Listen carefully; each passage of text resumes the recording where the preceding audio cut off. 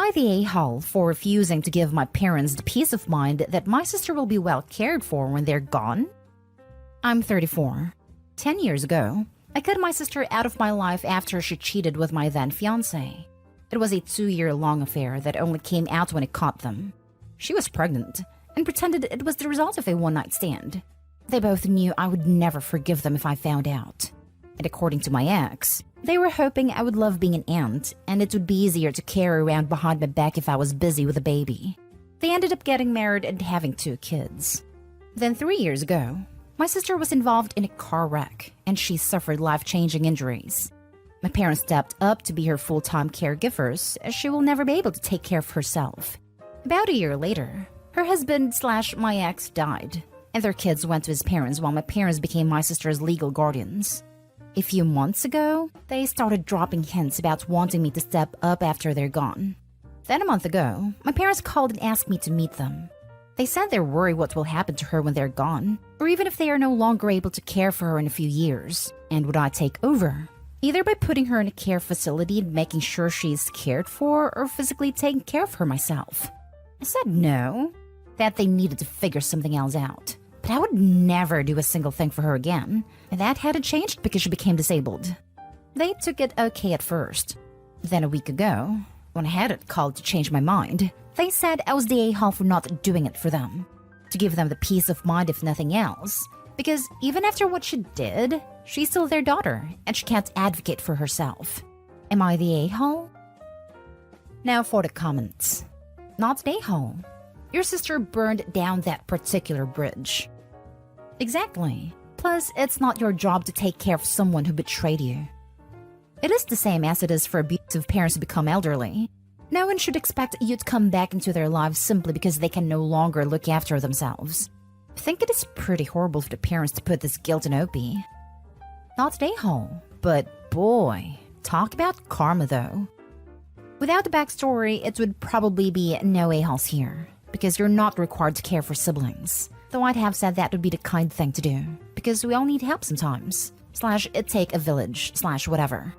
But with backstory, not the a-hole. She cheated and was never sorry.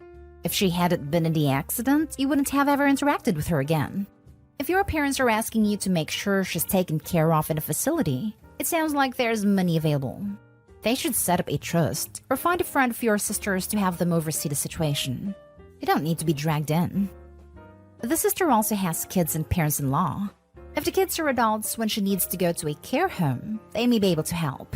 If not, or in addition, the in-laws could step in, as it involves the care of their daughter-in-law, so they're invested in the situation.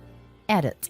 Unless the grandparents are too old / have passed away, but then the kids may be adults who can help their mom in some way. Not the a-hole. They need to make arrangements now while they are able. Exactly. They can find an appropriate care home right now and get on the waiting list, because it's not something you can do quickly. Next story is titled, Am I the a-hole for kicking my brother out of my house for eating my wife's birthday cake? My male 28 brother Steve, male 23, moved in with me after he got kicked out of his college dorm for repeated violations. He's been staying with me, my wife, and our 6-month-old son for a couple of months now. My wife's birthday was days ago. I wanted to plan something special for her because this year has been very stressful for her. From studying to become a new mom, she barely found time for herself.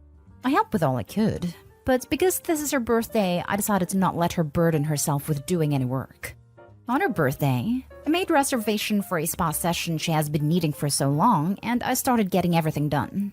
The cake arrived from the bakery at 11 a.m., and I asked Steve and his buddy Jason to help with the decoration. I gave few tasks to get done while I went to take care of my son and get him to sleep. About half an hour later, I came downstairs and walked into the kitchen and saw that both Steve and Jason were having large pieces of my wife's birthday cake in separate plates. I asked what the heck was going on, and Steve told me to chill. I got mad seeing the cake split in half and 2 large pieces of it were gone. I flipped out and told him this wasn't for him to take. He said he and his buddy got hungry from helping me out and really wanted to try some of the cake because it looked delicious. I yelled at him about how awful and disrespectful what he did was. And he said I was overreacting since he left enough for me, my wife, and the guests. But it's not about that. He ruined the cake that I spent a week ordering from the bakery. I told him my wife wouldn't even like how it looked and won't even get the chance to blow the candles. He said, "I'm sorry, alright? But you're just being a little too dramatic about a piece of cake." Then Jason said, "Yeah, man. Besides, who cares about some stupid candle blow? Totally unhygienic. Is your wife like 5? I lost it. I kicked Jason out and told Steve to pack and leave my house. He said he couldn't believe I'd seriously tell him to get out over something so small. I told him this was my wife's birthday cake. I just said he could talk to her and explain, but I had none of it. I had him pack and leave. My father called and got all pissed, telling me I was out of my mind to kick my brother out with nowhere to go over a birthday cake. I live in the city where Steve's college is, but my family live far away. He and Mom told me to go pick Steve up where he's staying, but I said no. My actions were called disgraceful and immature for reacting this way over a cake. Am I the a-hole? Not the a-hole. And we all see why Steve was kicked out of his dorm for repeated violations. He probably treated his dorm mates with the same respect he treated you and your wife. Based on Mom and Dad's response, it seems pretty obvious why the brother is the way he is. Rotten from the core, with zero empathy, and too dumb to realize the world does not rotate around him. Not today, OP. Though I would not have allowed him to move in the first place after getting kicked out of the university housing. Exposing my 6-month-old to that level of instability wouldn't have been a no-go. Seriously, I don't even have kids, and I'd be hesitant to take in someone who got kicked out of their dorm under those circumstances, because I'd be worried they wouldn't follow whatever house rules we might decide to set. I definitely wouldn't take them in if I had an infant or small child in the house. I get that some universities are super strict with their housing rules, and if someone had been kicked out just for smoking grass one time, that's a situation I might be able to sympathize with. But here, it was multiple violations, and I hope it doesn't specify what they were. But I'm willing to bet that if I saw that person's track record, I wouldn't feel comfortable having them live with me. Not stay home. I'm sorry, but in what world do you dig into someone's birthday cake before their actual birthday celebration? If Steve doesn't have somewhere to live, it's his own fault for making, what sounds like, a long series of bad decisions. Everyone knows you don't cut a birthday cake before the party. If this was the only food in the house and they were starving, that still would have made them a-holes. But to just blow it off like, meh, there's enough left for the birthday person, is just mind-boggling levels of failness. Good for you for kicking those two out. And thank you for taking such good care of your wife for her birthday. I'm sure at least the spa day turned out well. And hopefully she'll learn to laugh at this cake story.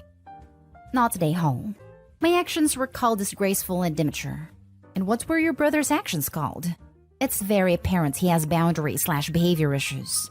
Otherwise, he'd still be living in campus. He's supposed to be learning adult skills. Seems he's failing miserably. Next story. Am I the a-hole for refusing to make a second meal during a family dinner? My husband and I hosted his family for dinner last weekend, and a situation arose where I am now being called out. I don't want to see what you all think. My husband's parents, brother, sister-in-law, and 3 nephews came to eat at our house. About an hour before dinner was served, my brother-in-law pulled me aside and said their youngest was being a picky eater and wouldn't eat the lasagna or salad I had made. So he asked me to make this specific dish for him. Not only was this not a quick dish, but it would take at least 3 hours to prepare. I said no, that I could throw on some fries for him, but no extra meal just for him. He told me he wanted his son to eat more than just fries, and that as the host, I should go the extra mile to make sure everyone has something. The dish? Chicken tenders and fries. Just fancied up and had a homemade ketchup accompaniment. The last time we saw the kid for dinner, he was eating spicy noodles and veggies. But now, all he eats is McDonald's or these homemade fries and tenders. I don't remember what side the recipe was for, but the tenders required an awful lot of prep and ingredients. We had most of it, but that was beside the point in my eyes. The whole dinner was tense because my husband's brother was pissed at me. The youngest didn't eat a single thing and demanded McDonald's because he was hungry and turned his nose up at fries. Then my husband and his brother ended up fighting because he disrespected me, and my husband wasn't having any of it. My husband's parents complained that I made things awkward. This was after dinner. I think it's ridiculous, but are they right? Am I the a-hole here? Now for the top comments. Not today haul. If parents have a child with a picky appetite and a rude attitude towards eating what's provided, it's the parents' responsibility to show up with food that their child will eat. Your brother-in-law knew his child would not eat anything provided. It was his job to take care of the matter, not yours. This kid is doing a great job of training his parents to jump when it says jump. But that doesn't mean that you have to join the same obedience school. My brother-in-law definitely blew me away with a request. The thing is, there was no warning ahead or anything. Because I don't mind if he didn't want lasagna. But to expect me to make a second meal an hour before dinner being served is so damn rude to me. It is rude. And what's worse is that he then doubled down on making you and everyone else uncomfortable before having a full-scale fight with your husband. Your brother-in-law owes you an apology. Not that I think you'll get one. I don't think you should enable them or help spoil the kid by making special accommodations. As parents, we should be teaching our children to be mindful and respectful. I remember some etiquette classes I had, and the polite way is always to show appreciation to your host. I just can't conceive parents who would demand a special meal be cooked for their kid at somebody else's house. This rude behavior is so out of line, and so many levels. Not today, Ho. What an entitled bunch. I would not invite them again. Imagine people come for free food, and the guests are entitled enough to be mad for not making 10 different types of food. I mean, at least let Opie know early. Not today, Ho. They could have brought the meal for him and heated it up. They just want to be a-holes and make you serve them. Now for the last story. Would I be the a-hole if I asked my grieving sister to leave the house she used to live in with her late husband? I'm female 30, currently pregnant. I have a sister, Emma, 48, who lost her husband to the big sea last year. Emma was and still is completely devastated by her husband's death. And when he passed in May, she immediately wanted to get rid of their house. As soon as she told me she wanted to sell, I jumped on the chance.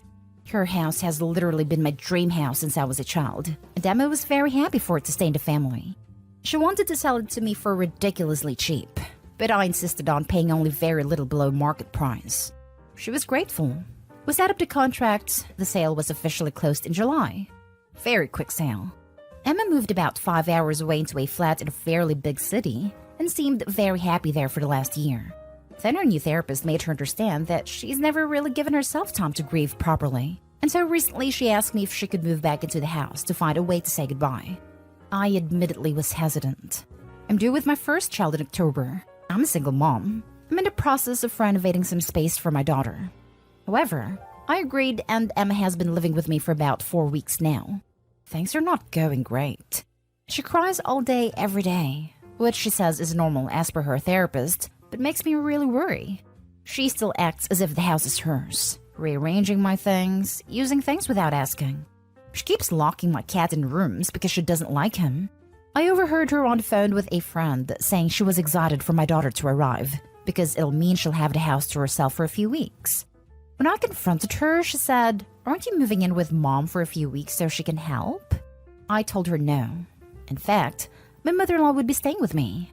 Max doesn't want to be involved, but his mom does, however. And she's the sweetest, because mom is over 70 and physically can't do it anymore. Emma has been really weird since then, acting as if I wronged her somehow. When I asked her how long she'd be staying, she had no answer. I'm thinking of asking her to move out soon, so I can prepare for my child, but my parents have warned me against it, because Emma's still so fragile.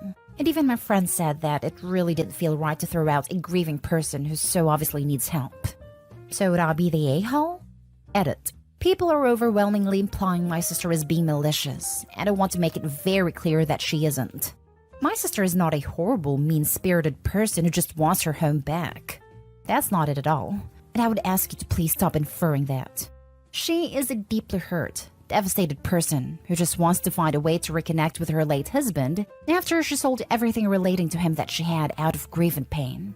If she was anything like some people in the comments suggest, I would not feel so heartbroken thinking I might have to kick her out. Info. Have you asked your sister to do a group session with her therapist? I'm guessing that therapist is not fully informed of this situation. Her therapist is a lovely lady. I've met her once before, actually. She did not suggest my sister move in with me. She suggested my sister moved on too fast. Emma literally sold absolutely everything relating to my brother-in-law because she couldn't handle the pain. She got rid of everything in a matter of weeks, and then moved far away so she wouldn't even have to see the places they've been at together anymore. My house is literally the only thing she's left that directly connects her to her husband in a significant way. Okay, you definitely need to do a joint session. Therapist will almost certainly light a fire under your sister's butt, which needs to be done. But it's best if it's not you doing the pushing. Not today, home. Question. Do you think the therapist really suggested she move back home? Or was this possibly a way for her to get back into her comfort zone? You're about to bring a child home, and that child is your priority. Tell your sister there are going to be some non-negotiable house rules. And if she's unable to adhere to them, then she should likely start to find another place. You paid for the home and welcomed her to grieve. This is not her new normal situation. You didn't sign up for that. Good luck with your baby. From what she told me, and I believe her therapist made her realize she pushed everything related to her husband away immediately because she couldn't handle the pain. She sold a house, got rid of almost all of their joint possessions, his clothing, books, art they collected, etc. She got rid of everything in a matter of weeks, and then moved far away so she wouldn't even have to see the places they've been at together anymore. So yeah, I can see where the therapist is coming from. My house is literally the only thing she has left that directly connects her to her husband in a significant way. Not today, home. We set up the contracts. The sale was officially closed in July. Your sister acting as if that house still belongs to her is not justifiable. I don't care how much she's grieving, or if it still holds sentimental value. She signed a contract. You should contact a lawyer and inform yourself about what could be done because she's not going to leave your house willingly. That's going too far. I'm not evicting my own grieving sister. I already feel bad just about talking to her about leaving. My family would also never let me live that down. Just because it is legally my house doesn't mean I don't want to help her get better.